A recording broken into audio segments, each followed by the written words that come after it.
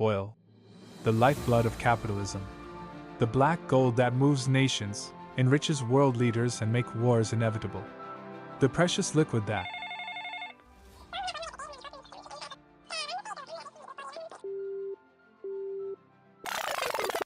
we're talking about salad oil. The kind you drizzle on your lettuce. The stuff that makes a sad pile of veggies slightly less sad. And yet, somehow, this slippery, golden liquid became the center of a $200 million Wall Street disaster. This is the story of the Great Salad Oil Swindle, where a failed bra salesman turned the world's most boring commodity into the greatest financial joke of all time.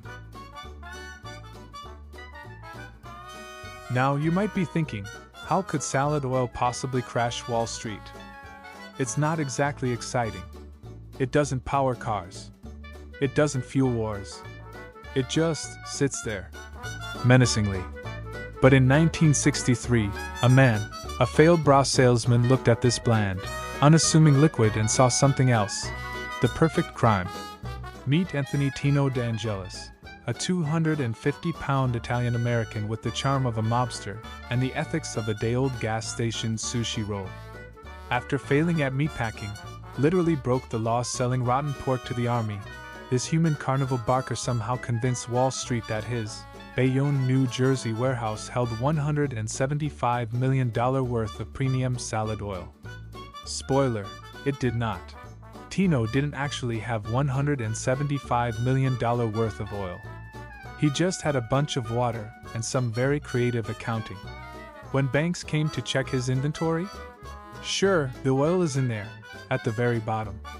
And because no one wanted to stick their head in a dark, greasy tank to check, Tino's imaginary oil empire grew, and grew, and grew, until it was propping up half of Wall Street.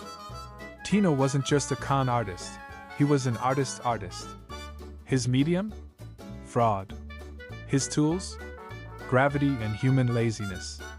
His masterpiece? Pawning off water as oil because bankers couldn't be bothered to check the bottom of a tank. Truly, the Picasso of white-collar crime. He wasn't your typical Wall Street villain. The Bronx native had flunked out of high school, gone bankrupt selling adulterated meat during World War II, and somehow emerged as the self-proclaimed salad oil king. His company, Allied Crude Vegetable Oil Refining, dominated the booming export market, on paper. But Tino had a problem. He was running a Ponzi scheme with soybean oil. Here's how it worked. Borrow money by using oil inventories as collateral. Pledge the same oil barrels to multiple banks. And when auditors came, pump oil between tanks using hidden pipes. It was a shell game with 20,000-ton steel shells. And for 5 glorious years it worked, because no one thought to check if the emperor's oil was actually there. Good old 1960s due diligence.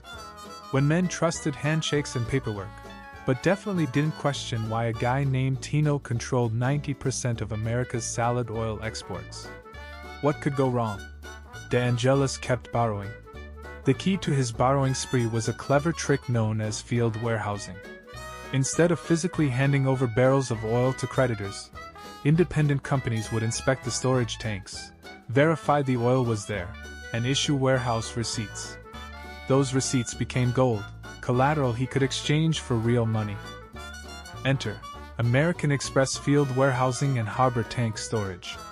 With receipts covering 1.8 billion pounds of oil, worth $175 million, Tino was swimming in cash.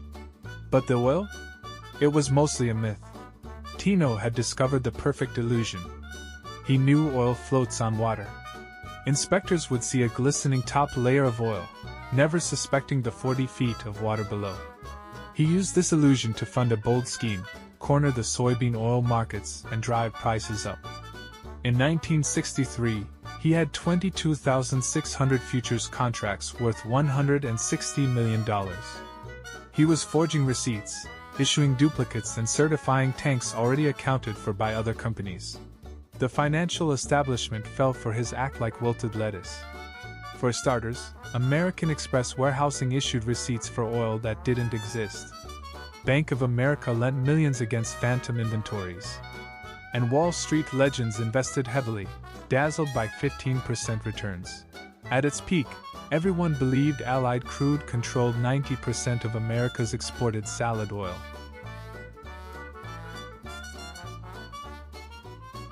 Everyone gets what's coming to them. For Tino, it went bad real fast. First, the US canceled wheat negotiations with the Soviet Union. Traders panicked, assuming vegetable oil exports would nosedive. Prices plunged, while margin calls hit DeAngelis like a freight train. He needed $20 million overnight, or lose it all. He didn't have it, so Allied declared bankruptcy. But creditors weren't worried, they had warehouse receipts. The oil was safe, right? Wrong. Bunge Corporation was the first to check. Of 4 tanks supposedly full of oil, only 1 had any product. The rest were empty or half-filled. Other companies checked, and the horrifying truth emerged. Of the 1.8 billion pounds of oil that should have been in storage, only 110 million existed. Half of that wasn't even usable oil, it was soap stock. The so-called salad oil king had built an empire on liquid lies. The Wall Street Journal later described the scene, like discovering an entire navy had been painted on the horizon. When the oil settled, around 53 companies collapsed, including 2 Wall Street brokerages. American Express lost $58 million, about $500 million today, nearly going bankrupt. And Tino? He served 7 whole years. Basically a spa vacation for stealing $2 billion, but not before stashing $5 million hidden in Switzerland, because of course he did. And his legacy lives on. Every time someone says trust me, the assets exist somewhere, Tino DeAngelis smiles.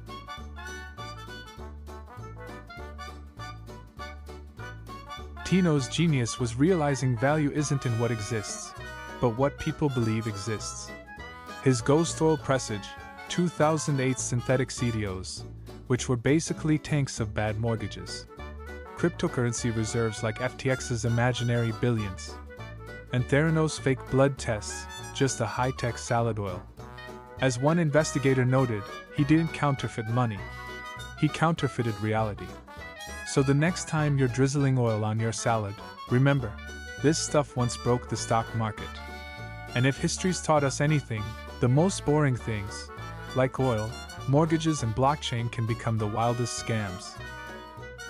If you want more untold stories of history's greatest financial illusions, smash that subscribe button.